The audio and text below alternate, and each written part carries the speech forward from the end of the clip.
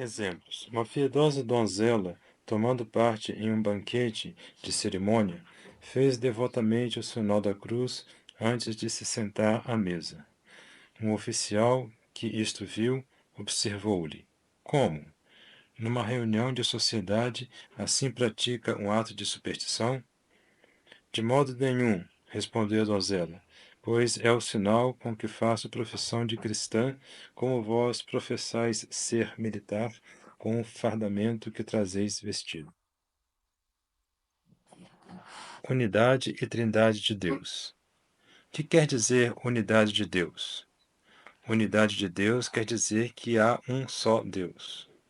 O que quer dizer Trindade de Deus? Trindade de Deus quer dizer que em Deus há três pessoas iguais, realmente distintas: Pai, Filho e Espírito Santo.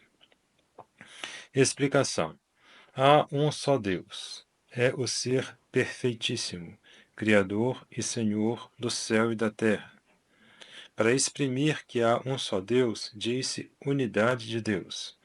Unidade de Deus quer dizer que há um só Deus. Deus uno é em três pessoas iguais e realmente distintas, Pai, Filho e Espírito Santo. Dizendo Trindade de Deus, entendemos precisamente dizer que Deus uno é em três pessoas, etc. Que em Deus há três pessoas, etc. Os judeus não sabiam, não conheciam claramente que Deus é realmente em três pessoas. Podiam ter alguma noção da pluralidade das pessoas em Deus. Sabiam, por exemplo, que na criação do homem, Deus uno disse: façamos o homem à nossa imagem.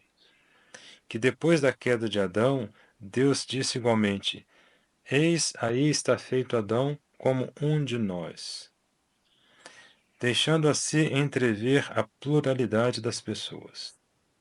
Que, nos Salmos, se recordavam as palavras de Deus: Tu és meu filho, eu te gerei hoje. E disse o Senhor ao meu Senhor. Podiam também ter mais outra noção, não só da pluralidade das pessoas, mas da Trindade, pela forma de bênção prescrita por Deus, por meio de Moisés, a qual repetia 3 vezes o nome do Senhor.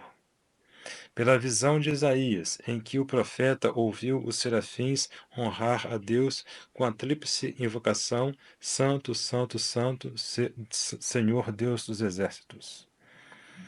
A trindade das pessoas divinas foi ainda mais abertamente caracterizada na oração do sábio, que invoca a Deus que criou todas as coisas por meio do Verbo, e protestava que ninguém pode conhecer a sua vontade se ele não mandar do mais alto dos céus o seu Espírito Santo.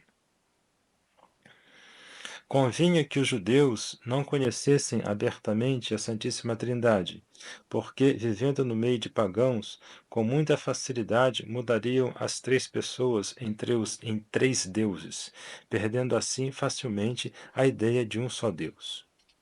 A Santíssima Trindade foi claramente revelada por Jesus. A primeira manifestação clara da trindade das pessoas em Deus temo-la na Anunciação de Maria, em que se fala abertamente de Deus, do Filho de Deus e do Espírito Santo. Manifesta-se não menos claramente a trindade das pessoas no batismo de Jesus.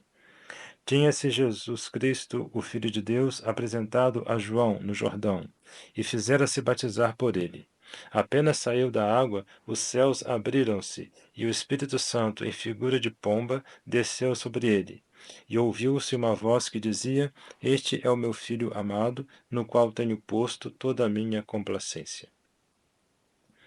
Jesus falou várias vezes das três pessoas divinas, em especial quando prometeu o Espírito Santo.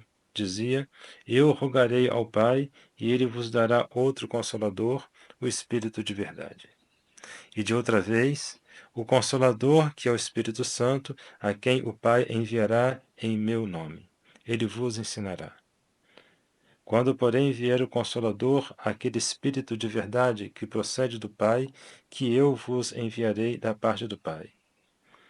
Revelou depois claramente o mistério da Trindade das pessoas, quando, ressuscitado da morte, promulgou a lei do batismo, dizendo aos apóstolos: Ide, pois, e ensinai todas as gentes, batizando-as em nome do Pai, e do Filho e do Espírito Santo. Prática. Com a revelação desse mistério, Jesus enriqueceu a nossa inteligência com verdades sublimes. Fez-nos conhecer melhor a Deus, que será um dia a nossa felicidade.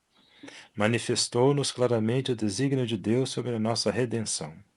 Finalmente, deu-nos uma maneira de conquistarmos muitos merecimentos com a nossa fé, submetendo-lhe a nossa inteligência, crendo na sua palavra.